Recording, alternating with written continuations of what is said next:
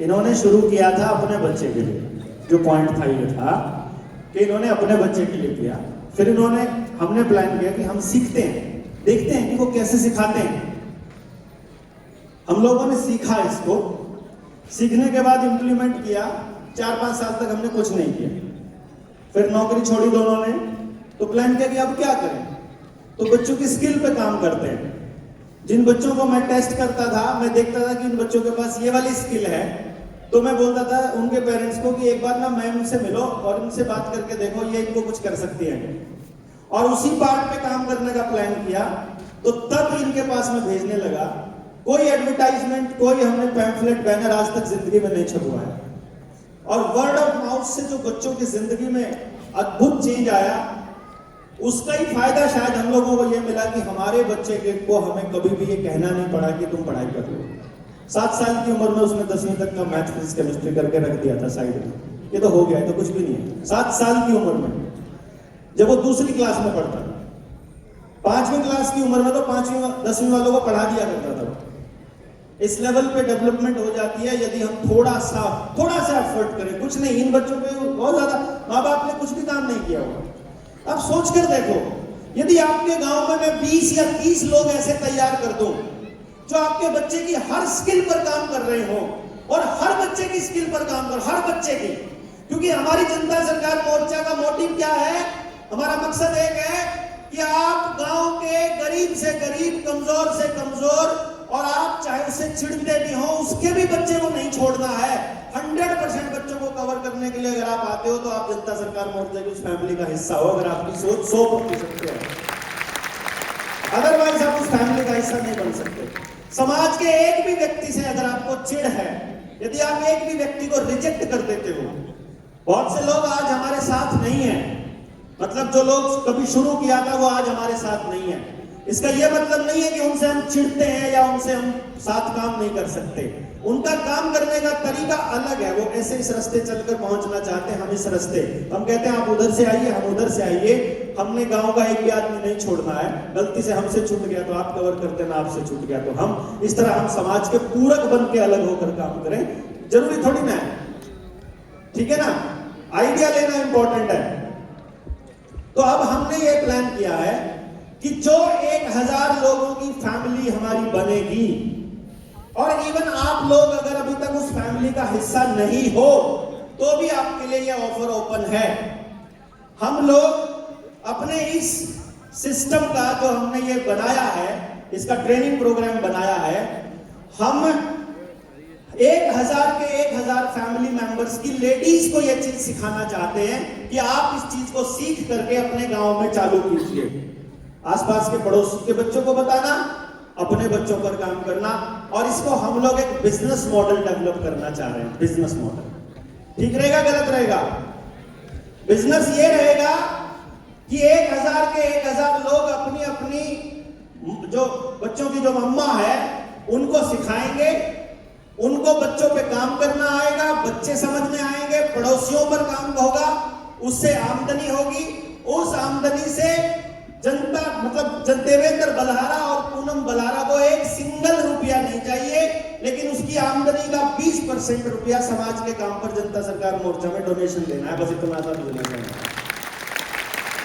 1 रुपया मैंने नहीं लेना, 1 रुपया इसने नहीं लेना। तो हम इस चीज से बाहर जा लिए। पॉसिबल है अपने अपने गांव में कर सकते हैं ना? कोई बड़ी बात नहीं है। जिस पर कह रही सर की ट्रेनिंग ले लेते, वो सर मुझे ही कह रही थी असल में। आपको समझ में नहीं आया किसको कह रही थी? वो ट्रेनिंग कौन सी है? बच्चों का टैलेंट पता करने की, बच्चों का दिमाग पता करने की, उनकी सोचने की तरीका पता करने की, उनका सीखने का तरीका पता करने की, उनका जीवन कहां खुशहाल रहेगा ये कैसे पता चलेगा, कोई व्यक्ति कुछ कर रहा है वो कैसे पता चलेगा, उसकी ट्रेनिंग थी ये। और उसी ट्रेनिंग के लिए हम लोग ये कर रहे थे। नित्या ने भी कभी नहीं सोचा होगा कि मैं आर्टिस्ट बनूंगी, हैं? बताओगे कुछ एक्सपीरियंस अपना? कहना चाहोगी? आओ 2 मिनट में कुछ कहना चाहो तो। इसके पापा भी आए थे मेरे से पूछने के लिए, इसको बीकॉम में करवा दें क्या? तो हमने कहा कि नहीं नहीं नहीं, बीकॉम में गलती से भी मत करवा देना, बच्ची का सत्यानाश हो जाए। तो फिर ह्यूमैनिटी में करवा देंगे ना, ना ना इसको हिस्ट्री भी नहीं पढ़नी है। तो फिर इसको नॉन मेडिकल, बहुत इंटेलिजेंट लड़की थी ये, ऐसा नहीं था कि कम नंबर आते थे, 100, 99, 98 आओ, और इतने नंबर आते थे, और हमने इसको एडमिशन लेने ही नहीं दिया। हमने कहा कि नहीं भाई, ये बच्चा पैदाइशी आर्टिस्ट है, और अब ये पूरे चंडीगढ़ में आर्टिस्ट नित्या के नाम से जानी जाती है, ठीक है। Thank you sir for inviting me on the stage. And sir आप बिल्कुल सही आपने बोला कि 10th के बाद मैं थोड़ा सा ब्लैंक थी कि मुझे कौन सी स्ट्रीम चूज करनी चाहिए।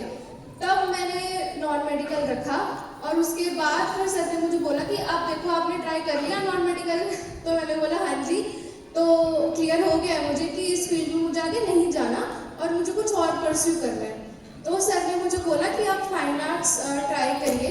एंड देन जब मैंने उसको प्रॉपरली करना शुरू किया, मैंने बहुत इंजॉय कर भी रही हूँ उस चीज़ को, और मैं इसके लिए हमेशा सर को थैंकफुल हूँ। थैंक यू बेटा। नित्या की भी आर्ट बाहर लगी हुई है, इसने भी जो अपना काम किया है उसको ये हमने कहा कि हम सब पेरेंट्स को दिखाएंगे कि देखो ये फिजूल के काम नहीं होते हैं, पर everything worth admiring takes time. कुछ भी अच्छा बनना है समय लगता है। 14 साल 14 इयर्स याद कर लीजिए, कम से कम 14 साल। रावण का वध करने में राम को 14 साल लगे। 14 साल का वनवास था ना, वहीं तक वध के लिए ही वनवास हुआ होगा, ठीक है ना। पांडवों को कौरवों का वध करने के लिए 12 साल का वनवास, फिर अज्ञातवास, और फिर 1 साल, 14 साल लगे थे कि नहीं लगे थे। गांधी जी 14 साल तक देश में पूरा घूमने के बाद अपनी यात्रा शुरू की। विनोबा भावे 14 साल यात्रा करने के बाद, 14 साल की तपस्या के बाद भूदान आंदोलन शुरू किया। कोई भी जनरेशन, अगली सोच जब भी समाज में एक्सेप्टेबल होती है, उसके लिए 14 साल लगते हैं। 14 साल से पहले अगर आपको बदलाव की उम्मीद है तो आप मेरी तरह मूर्ख हैं। लेकिन अगर समझ में आ जाए तो फिर आपको 14 साल तक कॉन्टिन्यूसली मेहनत करनी पड़ती है। और हम किसान के बच्चे हैं, मैं किसान का बेटा हूं मूल रूप से। और किसान की खासियत क्या है? किसान सबसे ज्यादा भरोसा करता है उस परमपिता परमेश्वर के काम करने के तरीके में। उसी तरह से मैं भरोसा करता हूं बीज बोने पर। किसान जैसे बीज बो करके अगले दिन उस बीज को खुरेद खुरेद कर नहीं देखता कि देखते हैं इसके अंदर क्या बदलाव हुआ। बीज डालने के बाद वो उसके ऊपर मिट्टी ढक देता है, और वो बीज के अंदर क्या हो रहा होता है वो उसके ऊपर छोड़ देता है। जिस बीज में जान होती है, जिस बीज में, जो बीज में जान नहीं है, वो तय अपने आप करता है किसके अंदर क्या घटित होता है। वो छोटा सा बीज है और ऊपर मिट्टी है उसके ऊपर, और कई बार तो बहुत गहरा चला जाता है वो बीज। उसके बावजूद भी एक दिन उस बीज के अंदर जबरदस्त विस्फोट होता है और वो धरती का सीना चीर कर बाहर निकलता है। वो नरम सी उसकी वो होती है। अगर उसकी कोप को देखोगे ना, अंकुरित उस पौधे को, बिल्कुल नरम होती है, और हमें यकीन नहीं होता कि ये जमीन को चीर करके कैसे बाहर निकला है।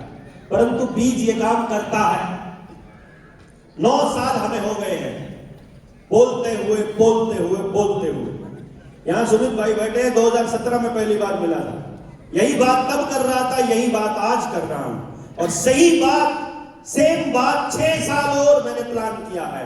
यही बात करेंगे इसी इंटेंसिटी के साथ, चाहे 4 लोग आए, चाहे 40 लोग आए। जिनको जल्दी है वो चले जाए, और जिनको 14 साल इंतजार करना हो वो साथ रह जाए। बदलाव तो होगा, ये विस्फोट तो होना तय है, इसको कोई नहीं रोक सकता।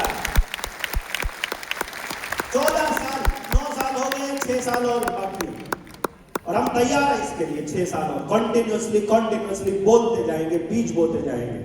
ये बीज अचानक एक पेड़ कहीं लगा देंगे।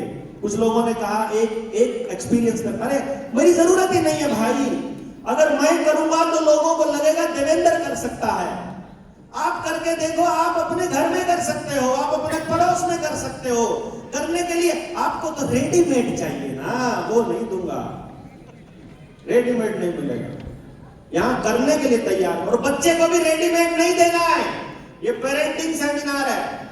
जितना संघर्ष दोगे, जितना मिट्टी में दबाओगे उसको, जितनी उसको नमी दोगे, जितना उसको माहौल दोगे, उतना ही खूबसूरत पौधा बने। अगर अंडे में से जब बच्चा निकलता है ना, उस वक्त अगर मदद करके अंडे को तोड़ दिया जाए तो बच्चा मर जाएगा, बच्चा नहीं हो सकता। अपने आप टूटने दो। अगर आपकी जिनके घरों में पशुधन है, अगर गाय भैंस ब्याह रही होती है तो हम लोग कोशिश नहीं करते हैं कि उसको मदद करें, उसको प्रजनन में, कटड़ा बच्चा होने में, वो अपने आप हो जाता है। यानी प्रोसेस क्या है? ये बदलाव तो होना है और ये सबको पता है। दिक्कत क्या है? अगर हम कुछ नहीं करेंगे तो बदलाव उल्टी दिशा में चला जाएगा, और यदि सामूहिक प्रयास करेंगे तो बदलाव बेहतर दिशा में हो जाएगा। कहीं ऐसा ना हो कि बदलाव उल्टा हो जाए, कहीं हम लोग फिर से दोबारा से शरणार्थी ना बन जाएं। क्योंकि आपके गांव की हालत ये हो चुकी है। मैं आपको आपकी हालत बता देता हूं प्रेजेंट दौर में, जो आपकी हालत है, और अगर नहीं है तो पड़ोस में जाकर अपने गांव के लोगों से पूछ लेना। जो आपकी सामूहिक जमीन है, जो आपके बाप दादाओं ने कभी सामूहिक काम करने के लिए छोड़ी थी, अस्पताल की, शामलात की, सचिवालय की, जोहड़ की, तालाब की, बड़ी की, गौचरान की, या गलियों की, या मंदिरों की, या चौपालों की, या किसी भी चीज के लिए सामूहिक काम के लिए छोड़ी थी, वो सारी जमीन केंद्र सरकार में बैठे गुंडों ने अपने नाम कर ली है। जमीन सारी जा चुकी है। जो आपकी व्यक्तिगत जमीन है, गांव में 99% से ज्यादा लोगों की व्यक्तिगत जमीन के ऊपर क्रेडिट कार्ड लेकर के उनकी सारी जमीन बैंकों में नीलाम पड़ी है, और किसी के पास भी उस पेमेंट को चुकाने का पैसा नहीं है। कमाल की बात यह है, एक घर के 5 टुकड़े हो चुके हैं। 5 टुकड़े होने से 5 घर बनाने पड़ेंगे, 5 कारें लेनी पड़ेंगी, 5 मोटरसाइकिल लेनी पड़ेंगी, 5 बाथरूम बनाने पड़ेंगे, 5 जगह टाइलें, 5 जगह काम, हर चीज 5 करनी पड़ेगी। यानी एक आदमी जो एक खर्चे से काम चला सकता है, 5 खर्चे कर रहा है। हम 5 गुना गरीब हो रहे हैं रेगुलरली। और गांव के अंदर उत्पादन शून्य है, शून्य। गांव का आदमी उपभोक्ता होकर के रह गया है, और उस उपभोक्तापन के चक्कर में वो अपना पूरा गांव, हम सारे लोग कमा कर कंपनियों की जेब भरते जा रहे हैं। इस तरह से हम सब लोग खाली होते जा रहे हैं। ये सिचुएशन है आज हमारी। एक दिन हम सबको कंगला होना तय है, क्योंकि हम सब लोग अपना अपना करके आपस में नहीं दे रहे। यदि हमने ये व्यवस्था नहीं बनाई कि इनकी जेब से निकला पैसा इनकी जेब में जाए, इनकी जेब से निकला इनकी जेब में, इनकी जेब में, इनकी जेब में, यानी हमारे गांव में अगर उत्पादन होता है और उसका लाभ गांव के व्यक्ति को होता है तो गांव मजबूत बनेगा। परंतु यदि गांव का पैसा बाहर कंपनियों को जाता रहेगा, गांव खोखला हो जाएगा। इस खोखला होते समाज को बचाने की जिम्मेदारी उन लोगों पर है जिनको ये बात समझ में आ गई है कि हमको सामूहिक प्रयास करना पड़ेगा, इसके बिना कोई रास्ता नहीं है। सिस्टम में बैठा कोई व्यक्ति नहीं करेगा। और इसमें सबसे बड़ी रुकावट है कर्जा। हर व्यक्ति गर्दन नीची करके चलता है, ऊपर नहीं उठा पाता, क्योंकि उसको यह लगता है कि मैं क्या करूं। और कर्जे से मुक्त होने के बाद का रास्ता, पूरे गांव के पास कर्जे से मुक्त होने का कोई रास्ता नहीं है। लेकिन इतने लंबे रिसर्च के बाद हमने एक किताब भी लिखी थी। पिछले सेमिनार में हमने उसका अनावरण किया था। बहुत लोगों ने उसका फायदा उठाया। बहुत लोगों की उस किताब की वजह से बहुत लोगों के, यानी हजारों की संख्या में लोगों के घर बचे नीलाम होने से। लोगों के घरों के ताले टूटे, 6-6 महीने से घरों से बाहर रह रहे थे, अपने घरों पर कब्जा किया और पूरा सिस्टम उन लोगों ने अपने आप से संभाला। अब कर्जे से मुक्त होने के बाद ग्राम स्वराज के इस संकल्प को दोहराने के लिए और ग्राम स्वराज की इस कल्पना को साकार रूप देने के लिए हमने एक और किताब का विमोचन करने की सोची, एक और किताब लिखी है।